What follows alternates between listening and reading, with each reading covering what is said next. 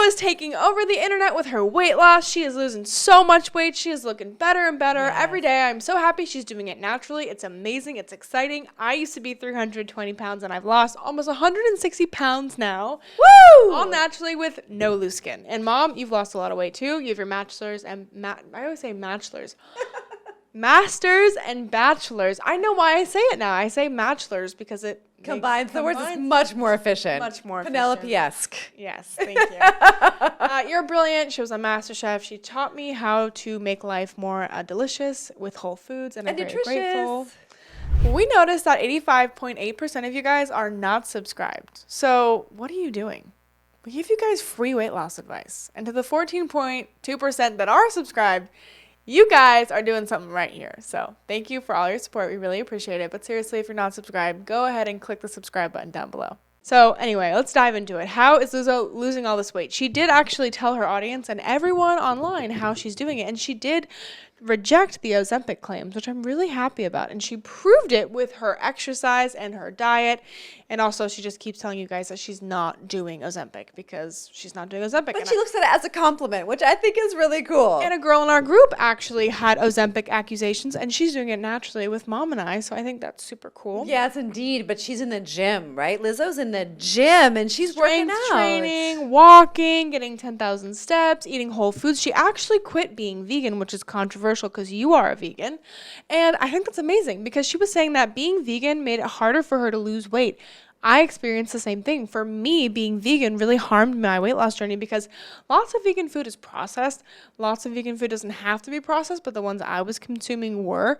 And I just didn't enjoy the diet. I felt hungry all the time, ravenous, and I didn't feel like I was getting the nutrients my body needed. I understand. Well, you definitely have to engineer your diet as a vegan for weight loss, and it might not be, a bit for everybody because you have to really know how to do what and which things.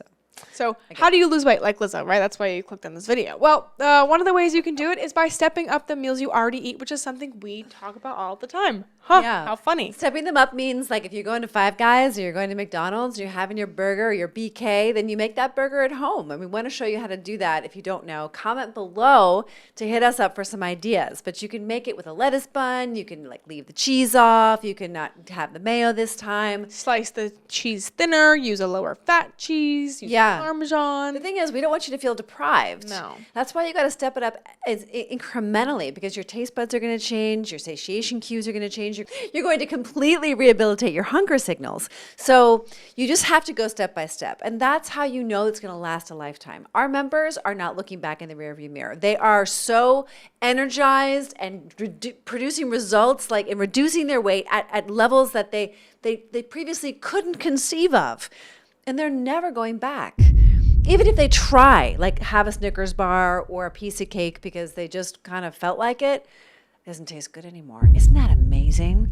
And I wonder if Lizzo's experiencing the same thing. I wonder too. But she posted a video a while ago or a photo of her eating a lettuce sandwich, and I love that because it's just a simple swap. Yeah. Something we talk about all the time. And sometimes you get bored of just salads, so it's fun to eat a salad as a sandwich and or a wrap. And it was, let me just be honest with you guys, it was so refreshing to see a very big influencer not promoting Ozempic, not promoting drugs, and promoting whole foods. I've been waiting for someone to do that for a long time. Yes, absolutely. It's a really big responsibility if you're in a position of power to be promoting things that are safe and effective long term.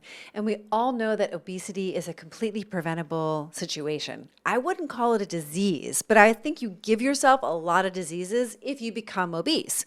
For example, diabetes type 2, cancer, cardiovascular disease. And these are the three biggest problems we have outside of Alzheimer's disease, cognitive decline, as a society in the United States of America. It's kind of embarrassing. I mean, Europeans look at us and they think it's hilarious. True. And actually, what's interesting is she got a lot of shade. A lot of body positive, fat phobia, whatever. People were really upset that she lost the weight, kind of like they were with Adele, which I actually talked about on the Just Pearly Things podcast. And I will out myself. I did throw shade at Lizzo at the time because she was promoting obesity, I felt like. But I'm really happy that now she's promoting weight loss. It's really amazing. But at the time, I didn't know that was going on because it wasn't going on at the time. Anyway, you should never throw shade at people. Lesson learned. Okay, I'm humbled. But,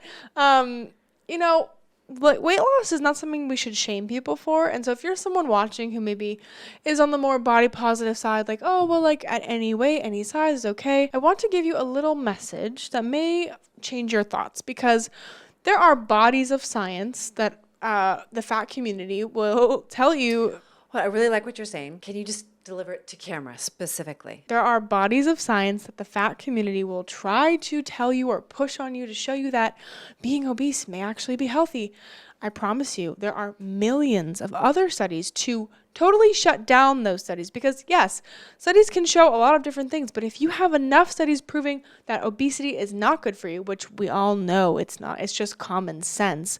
I could tell you from my own experience when I was 320 pounds, I was not healthy. Not walking up the steps is not something to celebrate.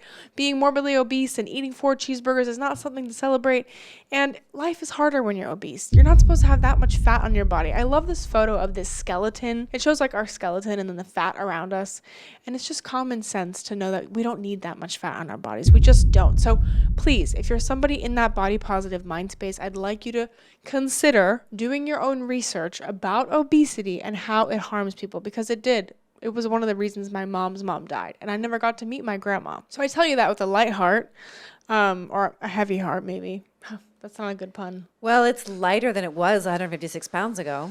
True, but I just think it's really, really, really, really important, because I remember a girl in our group who was morbidly obese at one point, and she said that when she had heard me say this, it changed her life.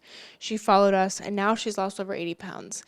And I think of that, and I think of anyone who may be watching in that same position, and I'm like, I want to be that voice for you, to really know that knowledge, because Lizzo at one point wasn't speaking about that. And it was like cool and beautiful to be fat, and a lot of fat people still think it's super cool and amazing. I feel like the body positivity movement is promoting gluttony, and I can't see any positive side of gluttony. It's all about excess. And we've been promoting that as an American culture for a long time, and I never have been a fan of it. Like throw something away when it doesn't work anymore, and or overeat, overspend. It's not healthy for an economy. It's not healthy for your body. It's not healthy for your family, et cetera, et cetera. It's also promoting greed. Gluttony and greed go hand in hand, and that's a real problem, that you're raising our children in that kind of soup. And I was confused by the body positive influence on your life. I really felt blindsided by it. I had no idea. I kept thinking, like, how is she believing this? And why am I the bad guy for bringing light to it? Because you were like, I'm going to slip my wrists if you're honest with me. It's true. Like when my grandpa or my mom or anyone in my family would comment on my weight or tell me that I needed to lose weight, at the time I was so body positive. I was like, oh, there's nothing wrong with me. I'm fine. Like, it's fine. I stay in my room all day with the blinds closed, and I eat stuff my face, and I hide food from you in the trash cans outside, and that's an addict's behavior. And I eat double cheeseburgers, and I throw it up, and I go back to the trash can to get more. That's fine. TikTok. Oh, you're so beautiful. If you're fat, you're gorgeous. Okay, let me take a selfie, post it. I'm so cute. No, it's not. It's just a lie. It's just truly a lie, because when you turn your phone off and you're alone in your room binge eating, like shoving junk down your throat because you're so lonely, it doesn't matter anymore what TikTok says, because TikTok isn't there for you when you're alone shoving food down your throat that you're not even hungry for. You're not even hungry. You're literally force feeding yourself and then going to the trash can. Like, I know you guys know what I'm talking about. I saw a video the other day of someone putting soap on their cupcakes because that's the addict. And I'm like, yeah, I remember having to do stuff like that just so I wouldn't eat the food. So real. If you're a girl watching this, or a lady, or a mom, or a daughter even, and you're like, I need support. I don't know how to change. I successfully did it. Mom successfully did it. And I'm like, I'm healed now. I don't have these thoughts anymore. I'm not crazy like this anymore. I have healed my mind, my body, my heart with the help of my mom. She saved my life, seriously. And now my mom and I help women just like you, if you're in that spot, do the exact same thing. And we love doing it, and seeing like these women like nourish and flourish and cook for their families, this amazing food that tastes so good. It's like the best feeling ever. So if you're ready for our Women's Accountability Group and you want to join, then click the link in the description. We would love to have you. We only have like the coolest, awesomest girls in our group. I love them all. They're for all different reasons. They're just such joys and ultralight beams. So don't forget to like, share, and subscribe. We also would love to engage with you in the comments. If you don't know where to start, I would love to hear a question in the comments. And if you've already started, I'd love to hear what your next step is on your journey. We're here for you all the time. We help women to beat obesity with our Step It Up system in just 90 days. Click the link in the description to learn how to lose weight without drugs like Ozempic.